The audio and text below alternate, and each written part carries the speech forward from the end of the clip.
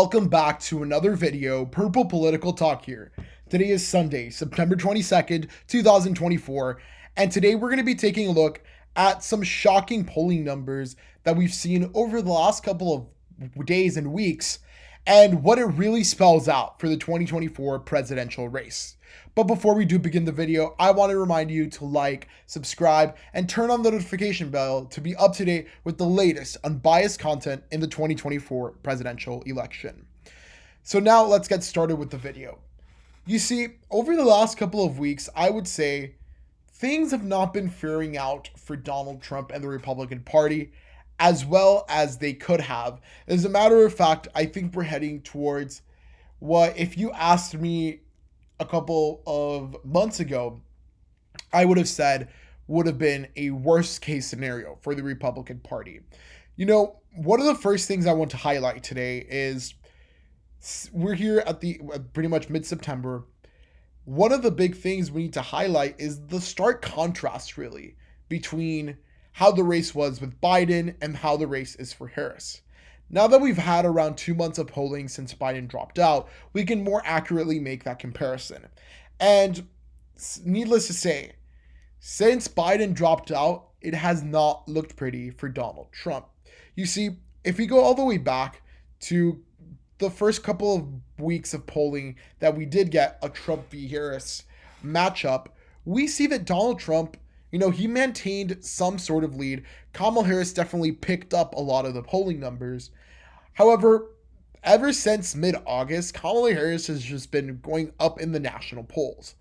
And one of the things that's important to highlight, national polls don't decide elections. We have to remember back in 2016, Donald Trump was able to beat out Hillary Clinton despite her lead in the national popular vote and bigger leads in the national polling data. But I think one thing it does highlight is how Donald Trump has been losing at least some sort of ground. And within the last couple of weeks, we had very interesting events, such as the dropping out, or essential dropping out of RFK Jr. Small percentage of votes, but as we're going to see, some of these swing states are so close that even 1 or 2% of the vote could make the entire difference. And when we're speaking about momentum, in these last couple of weeks, Kamala Harris has been gaining momentum. Donald Trump, in many ways, has kind of stagnated. And I'm going to make a video about Donald Trump and how I think, or what are some ways that he could turn around his campaign if he wanted to. But as we're going to see with some of the battleground states, things are not faring that well for Donald Trump. You see, here are some of the most recent polling data. And RCP does a really good job at aggregating all of these things. But notice something. If we go all the way back, to even kind of mid to late July, we saw a sea of red amongst these polls. Now we see more of a sea of blue. And again, I think in part of it has to do with, a big issue that Donald Trump is facing, which is he is basically now the old school candidate, right, for the race. And in an election when people want change, you see Donald Trump really now becoming a figure of non-change, despite Kamala Harris being, the vice president and having so much to do with a lot of things the administration currently did, and some things that people are certainly unhappy about. I think Trump's association with being, such an important part of the political scene over the last couple of years, it has a couple issues with some borders. So just as a quick refresher, in case you haven't been keeping up with the electoral map, we're basically looking at a scenario where these 7 or 8 states, Virginia, I would say at this point would probably go Democratic, although we've seen some shifts there. And don't take these ratings as, this is not a predictions video, so we're pretty much just looking at polls. So don't take these ratings at, face value. I think that's just where our likely states. I'm leaving pretty much our toss-up states that are going to be deciding this election. As we can see, going into the toss-up states, we have a very, very close election.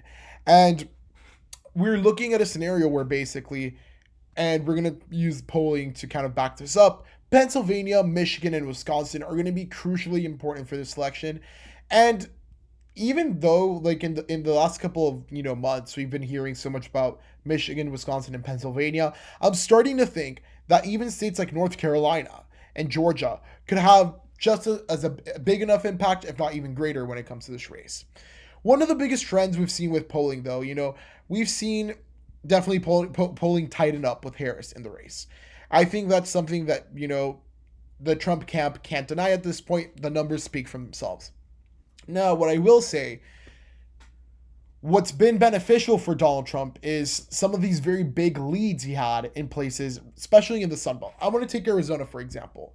Arizona was a state that, if we go back to, earlier periods in this race, go back to like July time era, we still saw Donald Trump leading by 8, 6, 5 points in most polls. I think the polling averages before Biden dropped out, at the least, we had a plus 6.1. Now, I think that we can't really use, in a certain way, we can't use the polls with Biden in the race as a good comparison point, because the reason that Biden drops out at the end of the day was because the Democratic Party leadership saw that they were going to lose. And again, the polls spoke for themselves. When you're in states that you had a Trump plus 6, when in reality the state could get as close as a Trump plus 1 state, you're giving up 5% of polling numbers. And again, something that I want to note about these polling numbers is, when we look at congressional Democratic, like congressional versus Republican polls, one of the biggest things that we realized, even a bit further back, is Donald Trump is outperforming a lot of the Republicans down ballot. Why is that? Well, one of the things I would like to propose, perhaps, is because we don't have, the issues that Kamala Harris has and the kind of some of her inherent popularity down ballot. We had a lot of these Democratic candidates down ballot that could deassociate themselves from the Democratic Party. The down ballot Democrats were doing better. But now, talking a bit more about these states, so we see that, again, we're seeing a lot tighter numbers. If we go to the state of Nevada, we see something very similar. We've seen actually Kamala Harris in recent polls take the lead. Now that lead with some of the more recent polls has very narrowed. It's very within the margin of error. And again, I think this is what I'm saying when the numbers speak for themselves. Look at the shifts.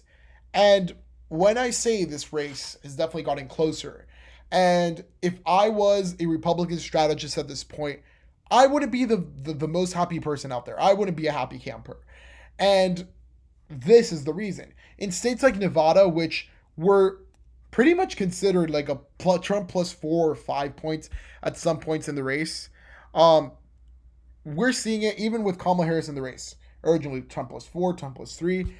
It's gotten very, very narrow. And Kamala Harris is leading in some of these polls. Again, within the margin of error. But again, you never want to be losing support. You always want to be gaining support. And unfortunately, right now, the Republicans, at least in these polls, are bleeding support. Now, there's a lot of arguments to really be made about how statistically significant these polls are, how accurate they're going to be at predicting the election. At the end of the day, these are just basically tools that are going to help us kind of make some initial projections. However, at the end of the day, I think they do speak at the very least about some trends, because it's very possible that polls in the past, which had Trump plus 5, could have been underestimating him. And maybe that lead probably could have been even plus 6 or plus 7.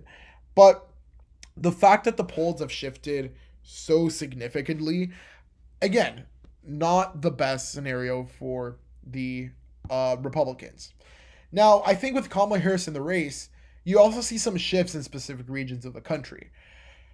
In places like Wisconsin, where, with Biden in the race, you saw very interesting results where in a state like Wisconsin, that was kind of a little bit more solidly Democratic, I would say, compared to some of the other states in the Rust Belt, you saw Donald Trump lose a lot of his support in the state.